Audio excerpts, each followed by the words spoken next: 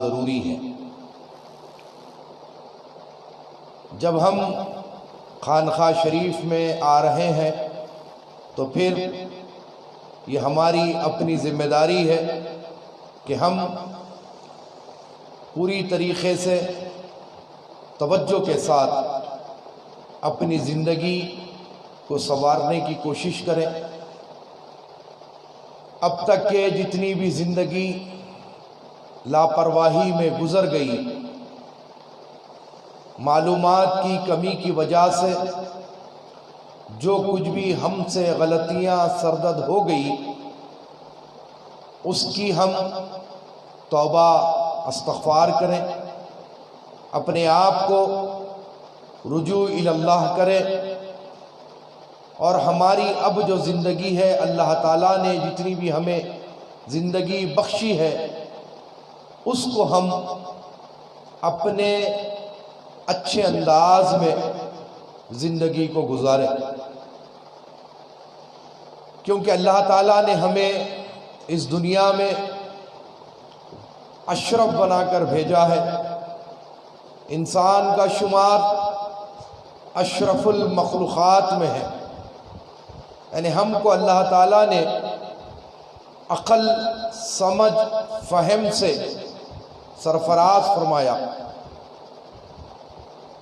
اللہ کی ساری مخلوقیں ہیں، چرند، پرند، حیوان، جانور، سبھی اللہ کی مخلوق ہے، لیکن ان کو وہ چیزوں سے نہیں نوازا گیا جو اللہ تعالیٰ نے انسان کو نوازا۔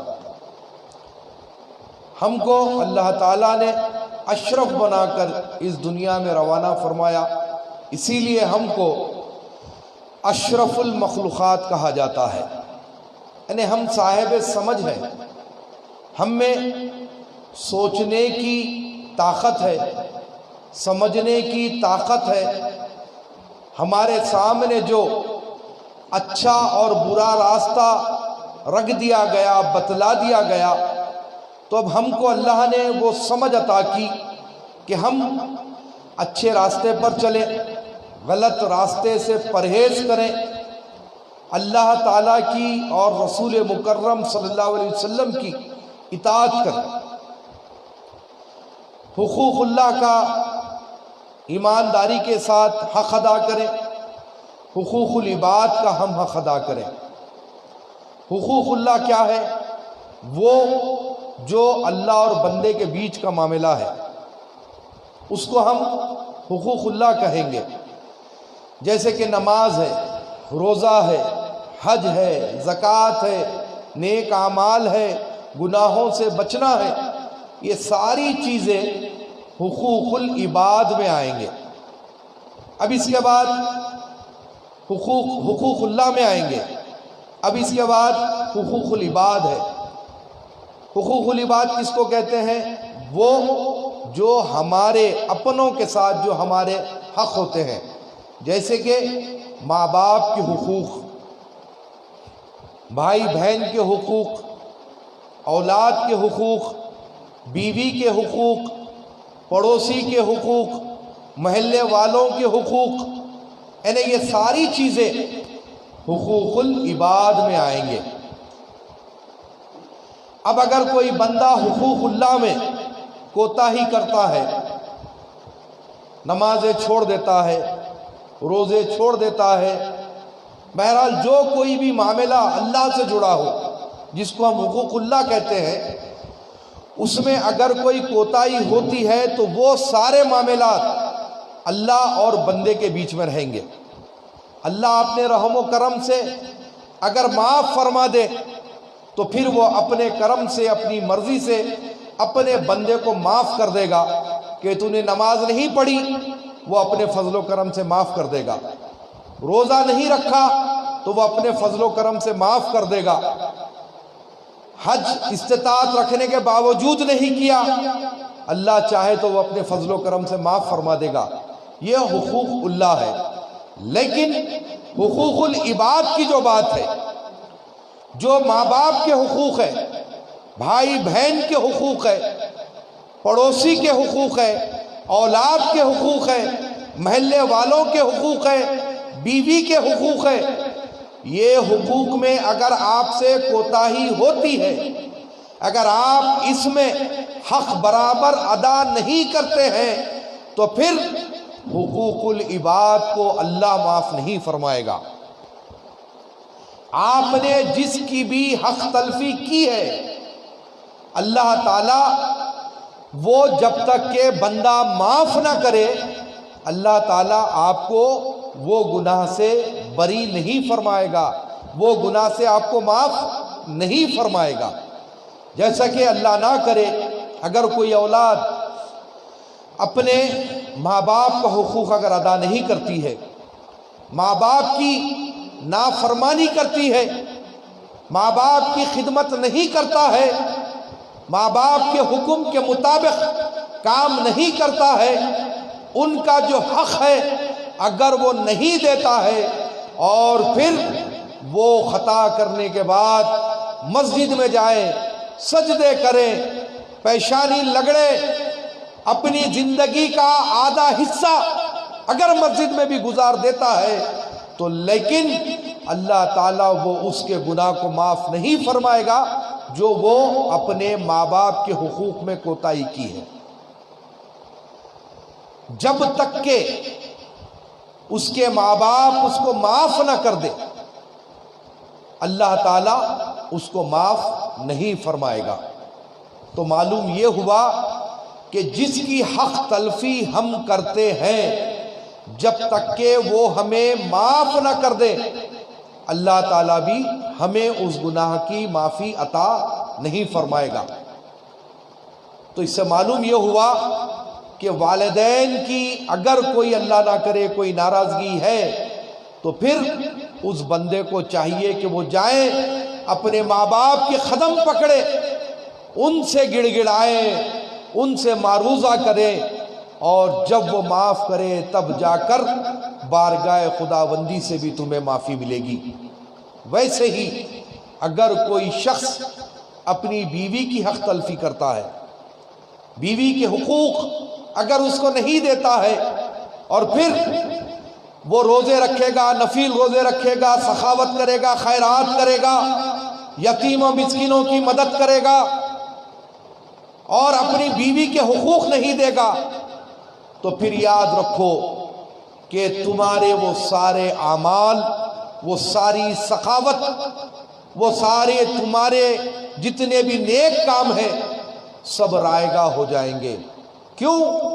کیونکہ تم نے اپنی بیوی کا حق ادا نہیں کیا، تم نے اپنے گھر میں خیال نہیں کیا، لیکن تم باہر خیال کر رہے ہو، تو اس کا اجر و ثواب تمہیں ملنے کا سوال ہی نہیں ہے، بلکہ تم بیوی کے گناہگار ہو جاؤ گے. بیوی کے حقوق، چاہے وہ کسی قسم کا حق ہو، چاہے وہ حق زوجیت ہو جو ایک عورت کا حق ہوتا ہے ایک مرد کی جانب سے، اگر وہ حق زوجیت بھی ادا نہیں کرتا تو کل کے دن وہ گناہگار ہے. وہ اپنی بیوی کے کپڑے کا، کھانے پینے کا اگر خیال نہیں کرتا ہے تو پھر وہ گناہگار ہے. تو اس سے معلوم یہ ہوا کہ آپ اپنی بیوی کا حق ادا کرتے ہوئے ساری سخاوتیں کرنا ہے. بہت ساری جگہوں پر ایسا دیکھا جاتا ہے کہ آپ اپنی بیوی کے حق کو کونے میں کر دیتے ہیں، آپ بھائی کے حق میں چلے جاتے ہیں، بہنوں کے حق میں آپ چلے جاتے ہیں، دنیا داری کرنے لگ جاتے ہیں، دنیا کو خوش کرنے میں لگ جاتے ہیں. یہ نیت سے آپ کام کرتے ہیں کہ میں بڑا ہی سخی دنیا میں مشہور ہو جاؤں، بڑا ہی حسن سلوک کرنے والا دنیا میں مشہور ہو جاؤں، تو آپ کا سلوک محلے میں اچھا ہوتا ہے، آپ کی گفتگو محلے میں بڑی نرم ہوتی ہے، آپ سخاوت محلے میں کرتے ہیں، لیکن اپنی بیوی کا حق نہیں دیتے. تو ایسے لوگ بھی آگاہ رہیں کہ اگر آپ بیوی کا حق مار کر، بیوی کی حق تلفی کر کے اگر آپ بہنوں کو بھائیوں کو کرتے ہیں، تب بھی آپ کی بیوی کے گناہگار ہیں. محلے والوں کو کرتے ہیں تب بھی آپ بیوی کے گناہگار ہیں. کیوں؟ اسی لیے کہ بیوی کا حق آپ پر ہے، اور اس کی خیالداری کرنا، اس کو کھلانا، اس کو پلانا، اس کو پنانا، اس کو اڑانا، یہ ساری ذمہ داری اس کے خاوند کی ہے، اس کے شوہر کی ہے۔ اب اگر وہ یوں اپنی بہنوں کی، بھائیوں کی خیالداری کرتا ہے، محلے والوں کی، پڑوسیوں کی خیالداری کرتا ہے، اچھا کام ہے، وہ اپنی آخرت کو مضبوط کر رہا ہے، اپنے آخرت کے درجات کو بلند کر رہا ہے، لیکن بیوی کے حق کے ساتھ اس کو یہ حق ادا کرنا ہے۔ بیوی کو حق نہ دیتے ہوئے، اس کی حق تلفی کرتے ہوئے اگر آپ یہ سخاوت کے کام کرتے ہیں تو یاد رکھیں کہ وہ نہ آپ کی سخاوت قبول ہونے والی ہے، نہ ہی آپ کو اس کا اجر و ثواب ملنے والا ہے، بلکہ آپ بیوی کے گناہگار ہو جائیں گے، آپ کی زوجہ کے آپ گناہگار ہو جائیں گے، اور سارے اعمال آپ کے ضائع کر دیے جائیں گے۔ ویسے ہی اگر آپ کی بہن ہے، آپ کے بھائی ہے، حقدار ہے، ان کو ضرورت ہے، وہ بڑے ہی پریشانی کے عالم میں ہیں، وہ قسمہ پرسی میں گزار رہے ہیں، ان کے پاس پہننے کو کپڑا نہیں ہے، کھانے کے لیے کھانا میسر نہیں ہے، اس کے بعد بھی اگر آپ اپنے گھر والے بھائی بہن کی طرف اگر آپ توجہ نہیں کرتے ہیں، جو ہے میری بیوی، میرے بچے، اگر آپ یہ راگ لاپتے ہیں تو یاد رکھو تب بھی آپ ان کے گناہگار ہیں، کیونکہ بہن بھائی کا بھی آپ پر حق ہے۔ اگر وہ قسمہ پرسی کی حالت میں گزار رہے ہیں، اگر وہ پریشانی کے عالم میں گزار رہے ہیں، تو آپ کا اہم فریضہ ہے کہ آپ اپنے بیوی بچوں کے ساتھ اپنے بھائی بہن کا بھی خیال رکھیں۔ اگر آپ بھائی بہن کا خیال نہیں رکھیں گے، اگر آپ ان کی باس پوس نہیں کریں گے، اگر آپ ان کی پریشانی میں ان کی مدد نہیں کریں گے، ان کی تنگ دستی کو اگر آپ حالت میں مضبوطی میں رہتے ہوئے اگر آپ ان کی تنگ دستی کو دور نہیں کریں گے، اگر آپ ان کی حاجت روائی نہیں کریں گے، تو بھی آپ کو روز محشر اللہ کو جواب دینا ہے۔ یہ بھی حقوق العباد میں آتا ہے۔ اب بات آگے بڑھی، آپ نے اپنے بیوی بچوں کا بھی خیال کیا، آپ نے اپنے بھائی بہن کا بھی خیال کیا، اور آپ کا پڑوسی پریشان حال ہے، اس کے پاس کھانے کو کھانا میسر نہیں ہے، اس کو تن ڈھانکنے کے لیے کپڑا نہیں ہے، اور آپ اپنے اگر گھر والوں کو ایک سے اعلیٰ ایک کپڑا پہنا رہے ہیں، آپ اپنی اولاد کو ایک سے اعلیٰ ایک کھانا کھلا رہے ہیں، آپ اپنے بھائی بہن کا خیال کر رہے ہیں، آپ کے پاس اتنی استطاعت ہے کہ آپ اپنے بازو والے پڑوسی کو بھی دیکھ سکتے ہیں، باوجود اس کے اگر آپ نہیں دیکھ رہے ہیں تو یاد رکھیں اس کی بھی آپ کو پوچھ ہے۔ نبی کریم صلی اللہ علیہ وسلم میرے آقا فرماتے ہیں کہ ایک شخص ایسا ہوگا جو روز محشر اس کو بالوں کے ساتھ گھسیٹتے ہوئے دوزخ کی طرف لے جایا جائے گا۔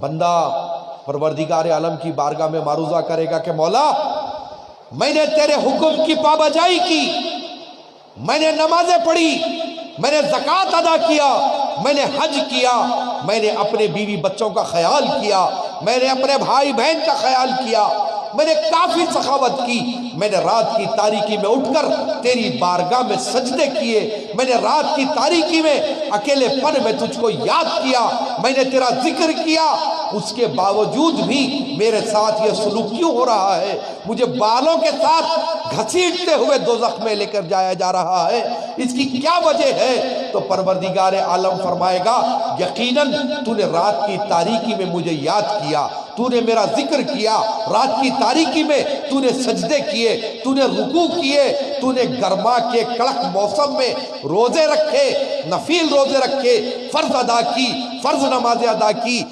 اور تو نے نفیلوں کی کثرت کی میرا قرب حاصل کرنے کے لیے، تو نے اپنی بیوی بچوں کو اچھا کھلایا میری رضا حاصل کرنے کے لیے، تو نے اپنے بھائی بہن کا خیال رکھا میری رضا حاصل کرنے کے لیے، لیکن نادان تو نے اپنے پڑوسی کو بھول گیا،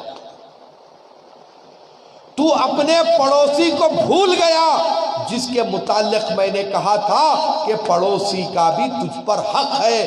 تیرا پڑوسی رات کی تنہائی میں بھوک سے بلک رہا تھا، کھسک رہا تھا، اس کے پیٹ میں بلے پڑ رہی تھی، اس کے تن پر کپڑا نہیں تھا کہ وہ اپنا تن چھپا سکے، لیکن تو نے اپنے پڑوسی کو نہیں دیکھا، اسی لیے میں نے تیری ساری رات کی تاریکی کی عبادتیں، تیرے روزے، تیرے خیال داریاں ساروں کو میں نے رائگاں کر دیا، تیرے منہ پہ مار دیا، کیونکہ تو نے اپنے پڑوسی کا خیال نہیں رکھا۔ یہ ہے اسلام، یہ ہے اسلام۔ آج جو لوگ بات کرتے ہیں کہ اسلام تلوار کی دھار پر پھیلا، اسلام میں حقوق نہیں ملے، تو یہ میرا اوپن چیلنج ہے ان لوگوں کے لیے جو لوگ اسلام پر اجتماعی کرتے ہیں، جو لوگ اسلام پر نکتہ چینی کرتے ہیں۔ اسلام وہ واحد مذہب ہے جو سب سے زیادہ حقوق پر توجہ دی ہے، ساری گھر والے نہیں، بہن بھائی نہیں، بلکہ پڑوس کے حقوق کا بھی احکام جاری کیے گئے، محلے داری کے بھی احکام جاری کیے گئے۔ یہ اسلام ہے۔ لیکن افسوس کی بات یہ ہے کہ بہت سارے مسلمان یہ سمجھتے ہیں کہ ہم نے کلمہ پڑھ لیا، لا الہ الا اللہ محمد رسول اللہ، ہم نے کلمہ پڑھ لیا اور ہم مسلمان ہو گئے، ہم مومن ہو گئے۔ لیکن اللہ تعالیٰ قرآن شریف میں ارشاد فرما رہا ہے، کیا ارشاد فرما رہا ہے؟ کسی اور سے مخاطب نہیں ہے، کسی کافر سے مخاطب نہیں ہے، یا ایھا الناس نہیں فرمایا، یا ایھا الکافرون نہیں فرمایا اس آیت شریفہ میں، بلکہ یا ایھا الذین آمنوا، اے ایمان والو پوری طریقے سے اسلام میں داخل ہو جاؤ۔ کیا مطلب؟ قرآن کے لب و لہجے کو غور کرو کہ اے ایمان والو پوری طریقے سے اسلام میں داخل ہو جاؤ۔ پتہ یہ چلا کہ صرف کلمہ پڑھنے سے آپ یقیناً مسلمان ہو جائیں گے۔ آپ نے دل کی گہرائیوں سے، زبان سے اقرار کیا کہ اللہ ایک ہے اور اس کے نبی کریم صلی اللہ علیہ وسلم رسول مکرم ہے۔ آپ نے اقرار کر لیا، آپ نے کلمہ توحید پڑھ لیا، لیکن آپ پوری طریقے سے اسلام میں داخل نہیں ہوئے۔ یہ جو منزل ہے ابھی اس کو کلمہ پڑھنے کے بعد آپ کو طے کرنا ہے، تب جا کر آپ پکے مومن بنیں گے۔ کیا بنیں گے؟ مومن بنیں گے۔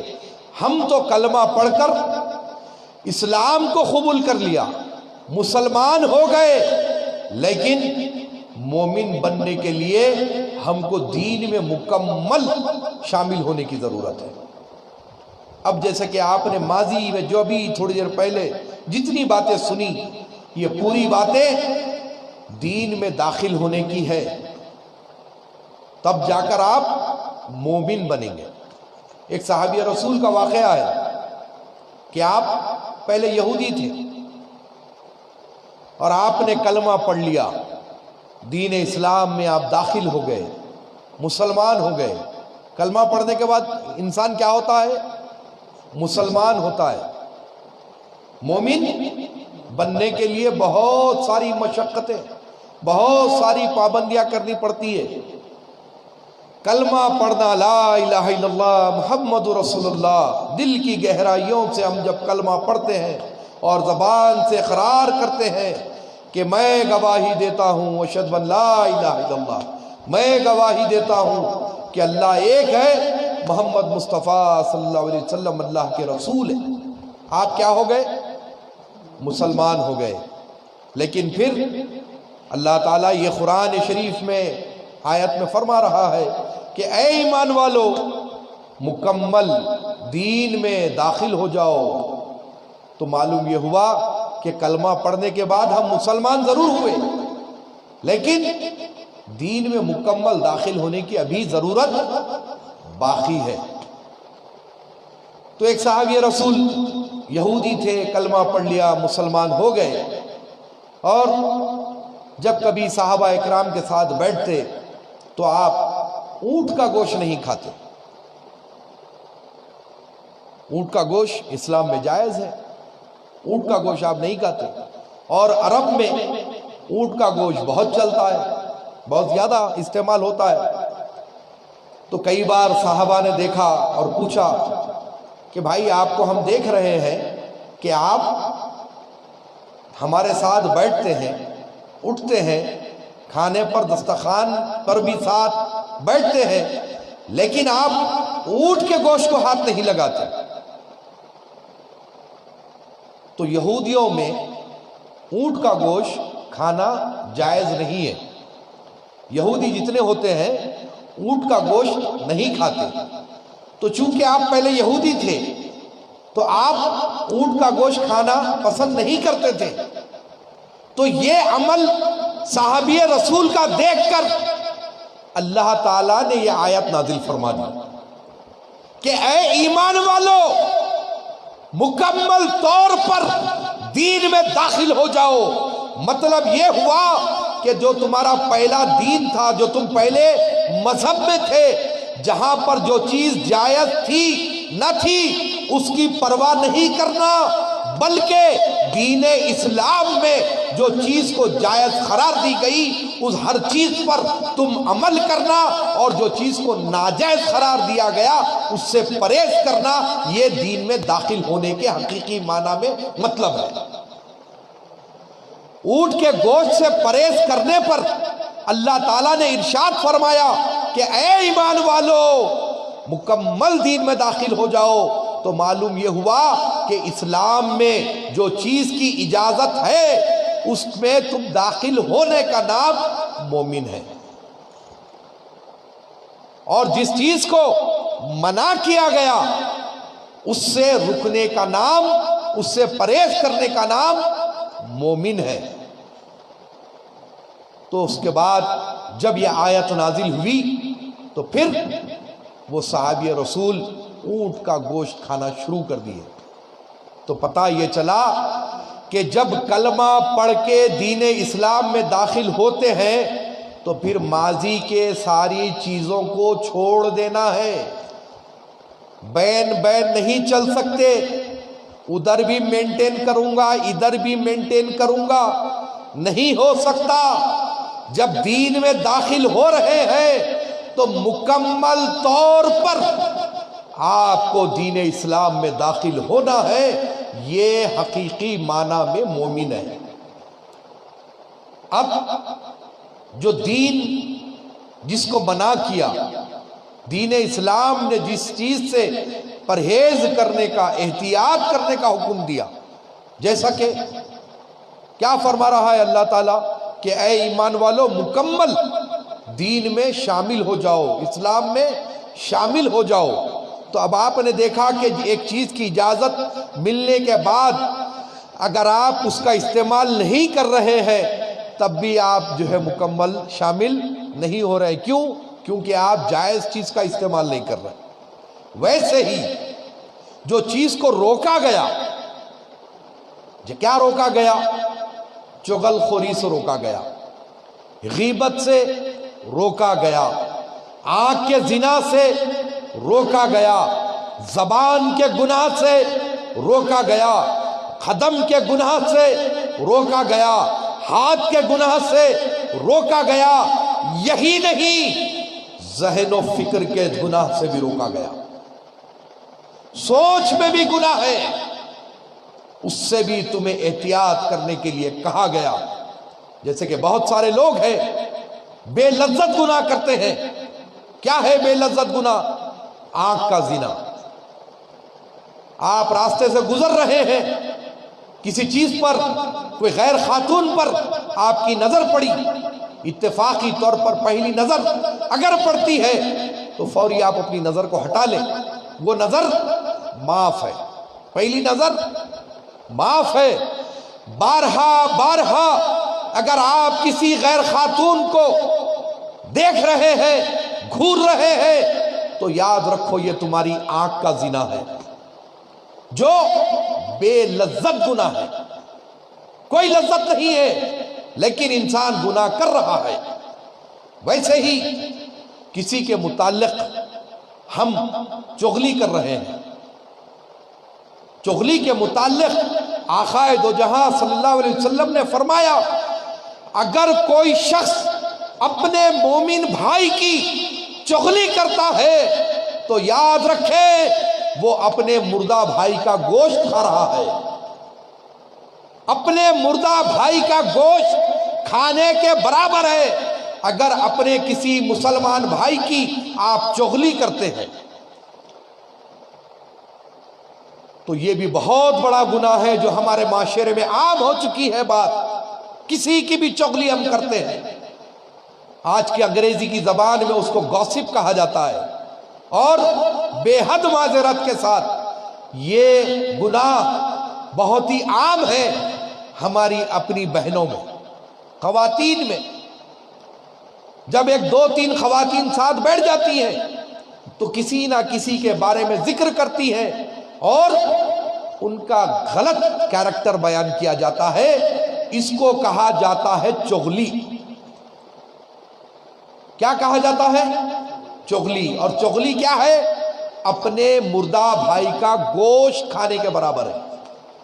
تو اللہ ہمارے سارے معاشرے کو، ہمارے بھائی بہن بچوں کو، سب کو اس گناہ سے محفوظ رکھے۔ بہت بڑا گناہ ہے چغلی، لیکن ہم بہت آسانی کے ساتھ وہ کام کرتے ہیں۔ دوسرا، غیبت۔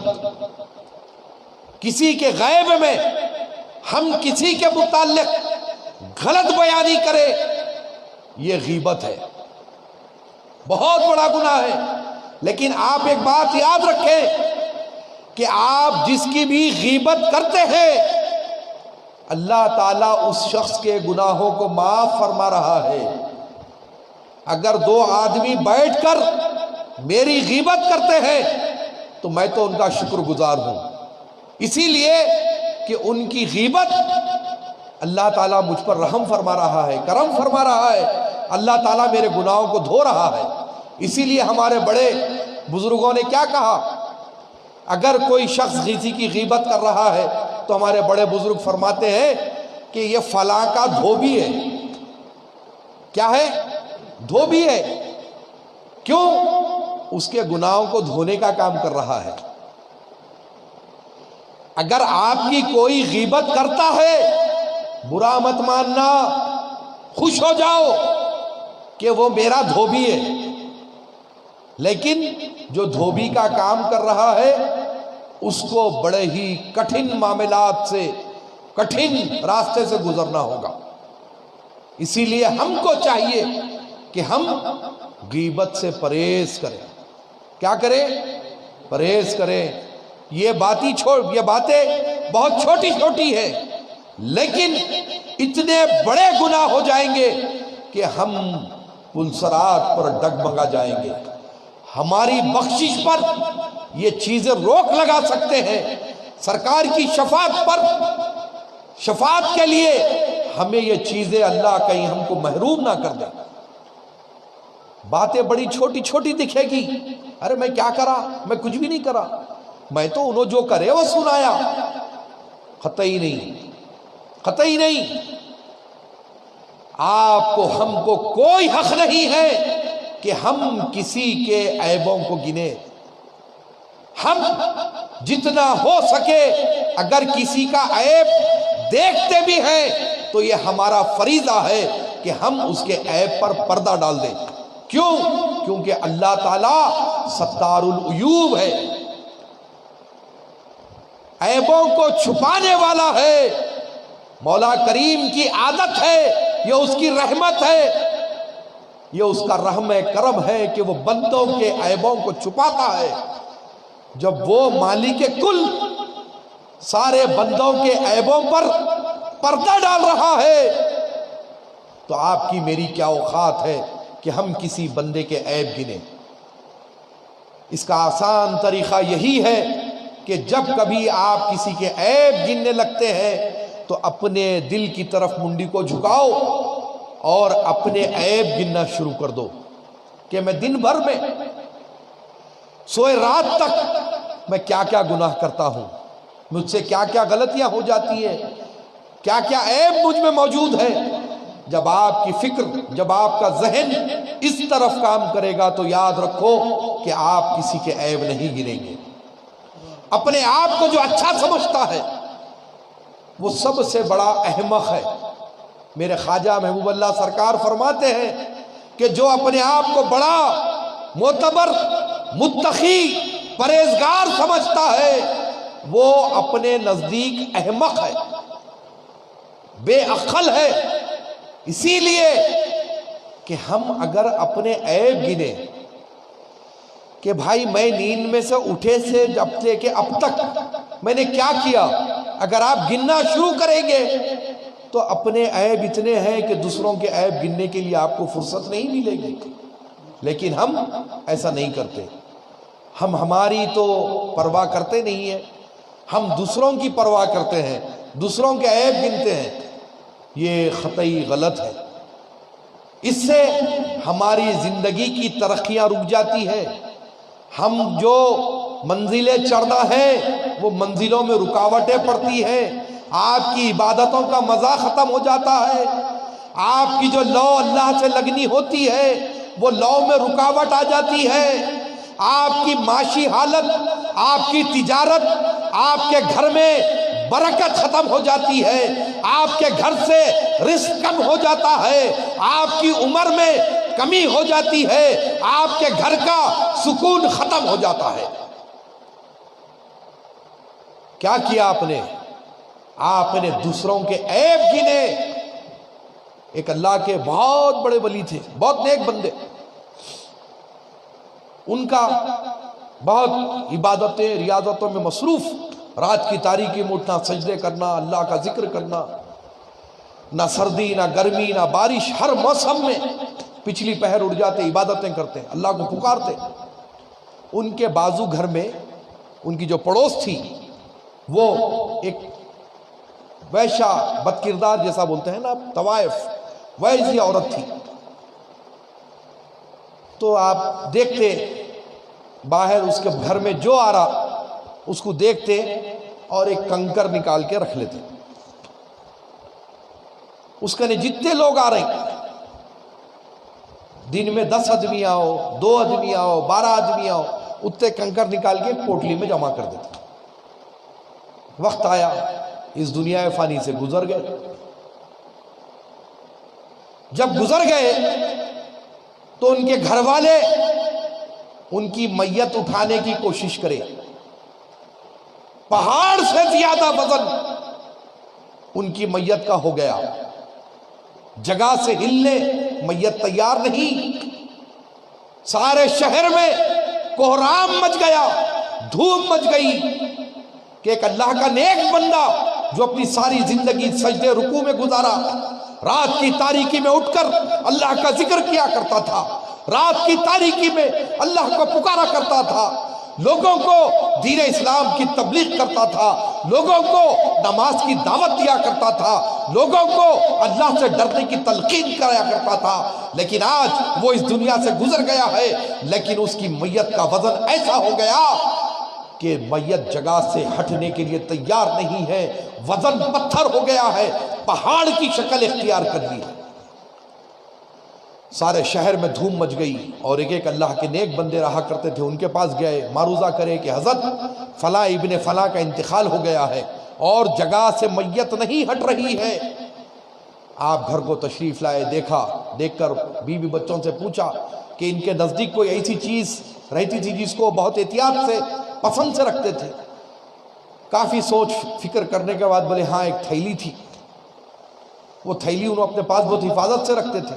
تو بولے ٹھیک ہے، وہ تھیلی ان کے سینے پر رکھ دو۔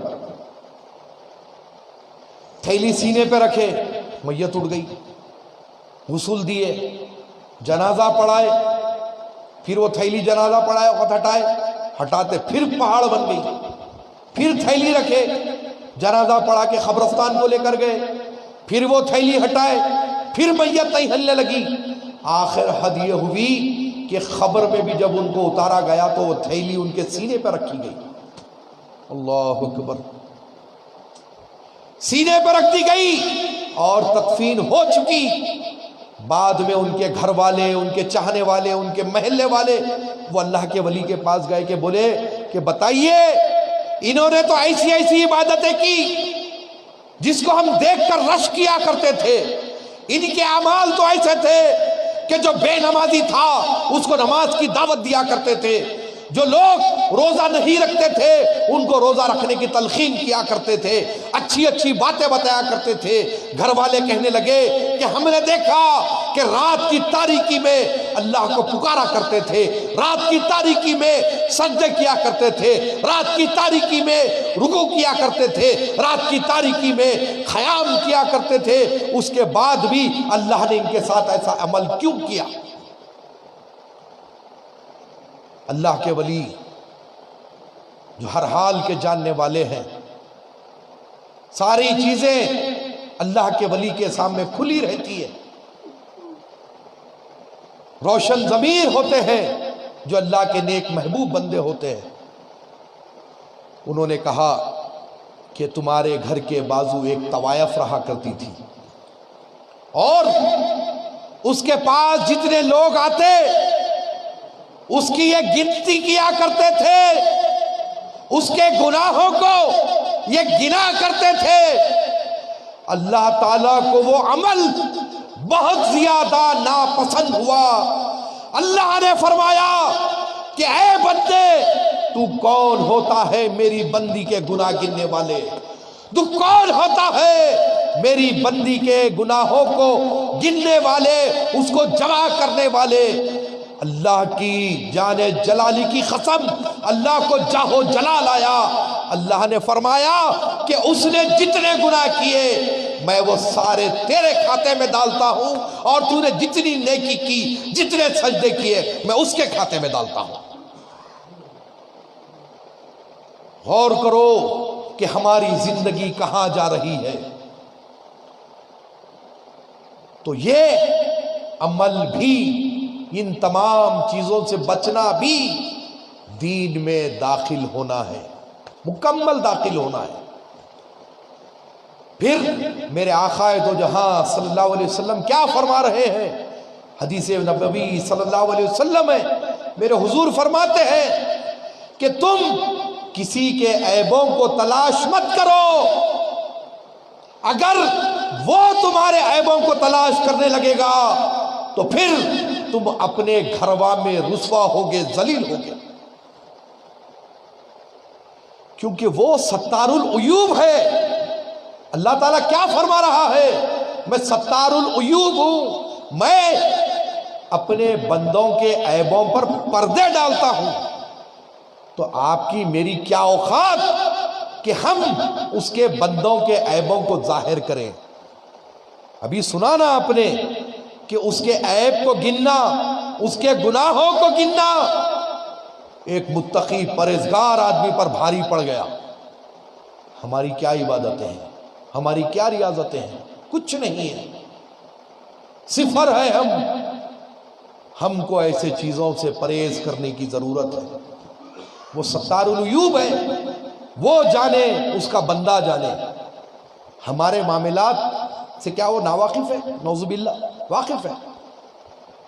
کیا وہ دوسروں کے حالات سے واقف نہیں ہے؟ واقف ہے۔ ہمیں کوئی ضرورت نہیں کہ ہم کسی کے عیب گنیں، ہمیں کوئی ضرورت نہیں کہ ہم کسی کی چغلی کرے، کسی کی غیبت کرے، کسی کی برائیوں کو گنائے۔ ہمارے نزدیک ہمارے پاس اتنی برائیاں ہیں کہ ہم اگر اپنی برائیاں گن لیں تو پھر وہی کرتے کرتے ہماری زندگی گزر جائے گی. تاکہ ہم اپنی برائی گن کر توبہ کریں، استغفار کریں، مولا کی بارگاہ میں اپنے آپ کو رجوع کریں. وہ اپنے کرم سے ہو سکتا ہے کہ ہمارے گناہوں کو معاف فرما دے.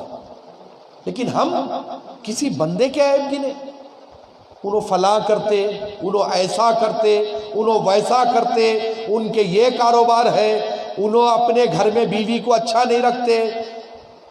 کون؟ آپ کون، میں کون جو ہم لوگوں کے بارے میں ڈھونڈنے کے گناہ نکالیں گے؟ کوئی ضرورت نہیں ہے. وہ ہے حساب کتاب کرنے والا، وہ ہے سزا جزا دینے والا، بیٹھا ہے مالک کل. ہمارا کوئی حق نہیں کہ ہم کسی پر تنقید کریں. اب جب بات ستار العیوب کی آئی تو اور ایک آپ کو واقعہ سنا دیتا ہوں جو میرے مولا مشکل کشا شیر خدا علیہ السلام سے جڑا ہوا ہے. سرکار دو عالم صلی اللہ علیہ وسلم جب معراج کو تشریف لے کر گئے تو پروردگار عالم نے ایک خرقہ مبارک عطا فرمایا. سرکار دو عالم صلی اللہ علیہ وسلم جبہ، خرقہ کہتے ہیں جبے کو، جبہ عطا فرمایا اور فرمایا کہ اس کو لے کر جاؤ اور آپ جس کو چاہے اس کو عطا کر سکتے ہو. آپ جس سے بھی مطمئن ہو اس کو عطا کرو. تو حدیث پاک میں ہے کہ جب آقا دو جہاں صلی اللہ علیہ وسلم نے وہ خرقہ مبارک عطا فرمانا چاہا تو سب سے پہلے سیدنا صدیق اکبر کو طلب فرمایا اور فرمایا کہ صدیق، یہ خرقہ مبارک مجھے اللہ تعالیٰ نے شب معراج عطا کیا ہے، اور اگر یہ خرقہ، یہ جھبا میں تمہیں دے دوں تو تم کیا کرو گے؟ سیدنا صدیق اکبر نے عرض کیا کہ یا رسول اللہ، سچائی کے ساتھ، صداقت کے ساتھ آپ کی امت سے کام لوں گا. آپ کی امت میں سچائی اور صداقت کا کام کروں گا اور ان کے ساتھ جو کچھ کروں گا سچائی اور صداقت کے ساتھ کروں گا. فرمایا جاؤ. سیدنا عمر فاروق کو طلب فرمایا. سیدنا عمر فاروق آئے، بولے عمر، اگر یہ تمہیں میں جھبا خرقہ عطا کر دوں تو تم کیا کرو گے؟ تو پھر سیدنا عمر فاروق نے عرض کیا کہ یا رسول اللہ، آپ اگر یہ مجھے خرقہ عطا کریں گے تو میں آپ کی امت میں عدل و انصاف کے ساتھ کام کروں گا. فرمایا جاؤ. سیدنا عثمان غنی کو طلب فرمایا. سیدنا عثمان غنی آئے، پھر فرمایا حضور کہ یہ خرقہ مجھے ملا ہے، اگر یہ میں تمہیں دے دوں تو تم کیا کرو گے؟ سیدنا عثمان غنی نے عرض کیا کہ یا رسول اللہ، آپ کی امت میں سخاوت کے ساتھ کام کروں گا. سخی، کیونکہ سیدنا عثمان غنی ہے، سخی ہے، فرمایا کہ میں سخاوت کے ساتھ کام کروں گا. پھر اس کے بعد مولا مشکل کشا شیر خدا علیہ السلام کو طلب فرمایا. مولا حاضر بارگاہ ہوئے. حضور نے فرمایا کہ علی، یہ جو خرقہ، یہ جو جھبا ہے، مجھے اللہ تعالیٰ نے معراج کی رات بطور تحفہ عطا فرمایا ہے. میں چاہتا ہوں کہ یہ خرقہ تمہیں دے دوں. اگر یہ خرقہ، یہ جھبا میں تمہیں دے دیا تو تم کیا کرو گے؟ چھٹتے ہی مولا نے فرمایا، مولا نے عرض کیا کہ یا رسول اللہ، اگر آپ یہ خرقہ مجھے عطا فرماتے ہیں تو آپ کی امت کے جتنے گناہگار ہیں ان تمام پر، ان کے عیبوں پر یہ خرقہ ڈال دوں گا تاکہ ان کے گناہ معاف ہو جائے، ان کے عیب چھپ جائے. تو یہ شان میرے مولا مشکل کشا کی ہے. علی جو نام ہے یہ اللہ کے اسماء مبارک میں ہے، اعلیٰ ہے. علی کے معنی اعلیٰ ہے اور اللہ کے اسماء مبارک میں ہے. وہی نام مولا مشکل کشا کا رکھا گیا. اللہ کے اسماء مبارک میں سے ایک اسماء مبارک علی بھی ہے، وہی مناسبت سے نام رکھا گیا. تو پھر وہ جب ستار العیوب ہے تو پھر ان کے کرم سے اللہ تعالیٰ نے مولا کو بھی ایسی ہی سخاوت اور ایسی ہی ذہنیت عطا فرمائی.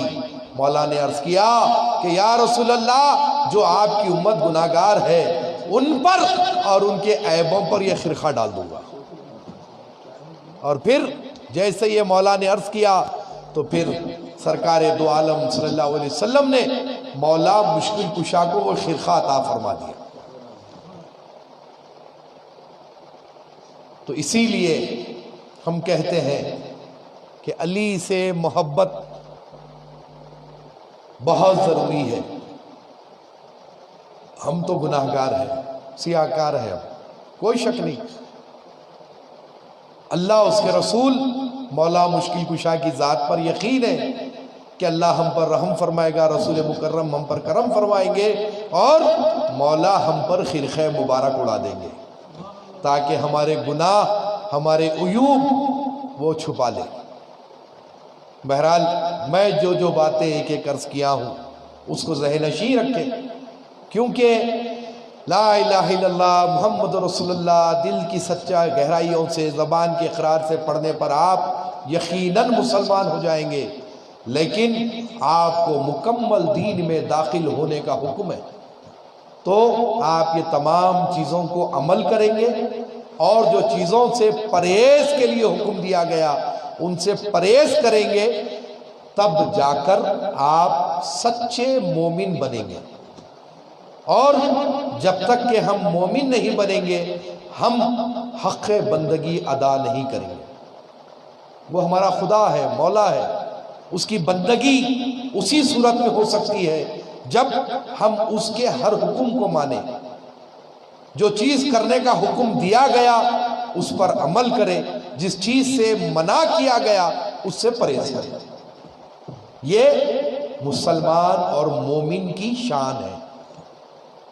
اللہ تعالی ہم کو نبی کریم صلی اللہ علیہ وسلم کی امت میں پیدا فرمایا. یہ بہت بڑا احسان ہے اللہ کا کہ اللہ نے ہم کو نبی مصطفیٰ صلی اللہ علیہ وسلم کی امت میں پیدا فرمایا. تو ہم کو صحیح معنی میں طریقے کے ساتھ اپنی زندگی بسر کرنا ہے.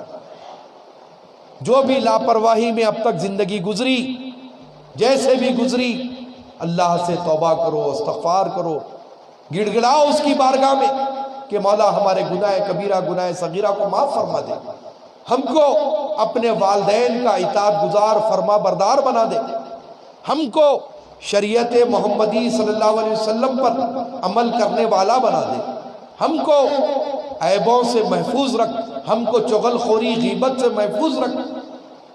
یہ اللہ کی بارگاہ میں دعا کرو، گڑ گڑاؤ، نمازوں کی پابندی کرو، کیونکہ وہ 70 ماہوں کی محبت رکھنے والا ہے. ایک ماں آپ دیکھتے ہیں کہ بچہ جب روتا ہے تو بے چین ہو جاتی ہے، حالت نیند میں رہتی ہے تو بچہ رونے پر اٹھ کے بیٹھ جاتی ہے. دنیا کی کسی بھی مصروفیات میں رہو، جب بچے کی بھوک کا وقت ہوتا ہے تو فوری ماں بچے کے کھانے کا انتظام کرتی ہے. بچہ جب روتا ہے تو ماں کا دل تڑپ جاتا ہے، بچے کو جب تکلیف ہوتی ہے تو ماں کا دل تڑپ جاتا ہے، بچے کو جب طبیعت خراب ہوتی ہے تو ماں رات بھر نہیں سوتی، بے چین ہو جاتی ہے، رات کی تاریکی میں اس کو اپنے گود میں لے کر ٹہلتی ہے، اپنے آپ پر نیند کو حرام کر دیتی ہے. جب تک کہ بچہ نہ سو جائے ماں نہیں سوتی. یہ ماں ہے، ایک ماں ہے، اور پروردگار عالم اپنے ایک بندے سے 70 ماؤں کی محبت رکھتا ہے. 70. اب سوچو کہ وہ ہم سے کتنی محبت کرتا ہے، لیکن ایک ہم ہیں کہ اپنی زندگیوں میں کسی قسم کی کوئی تبدیلی لانے کے لیے تیار نہیں. ہم دنیاوی مصروفیات میں گم ہو چکے ہیں، غرق ہو چکے ہیں. ہمیں سدھار لانے کی ضرورت ہے. نبی کریم صلی اللہ علیہ وسلم کے بتائے ہوئے راستے پر عمل کرنے کی ضرورت ہے. بہرحال اللہ تعالی ہم کو نیک اور ایک بنا دے، متقی پرہیزگار بنا دے. الفاتحہ.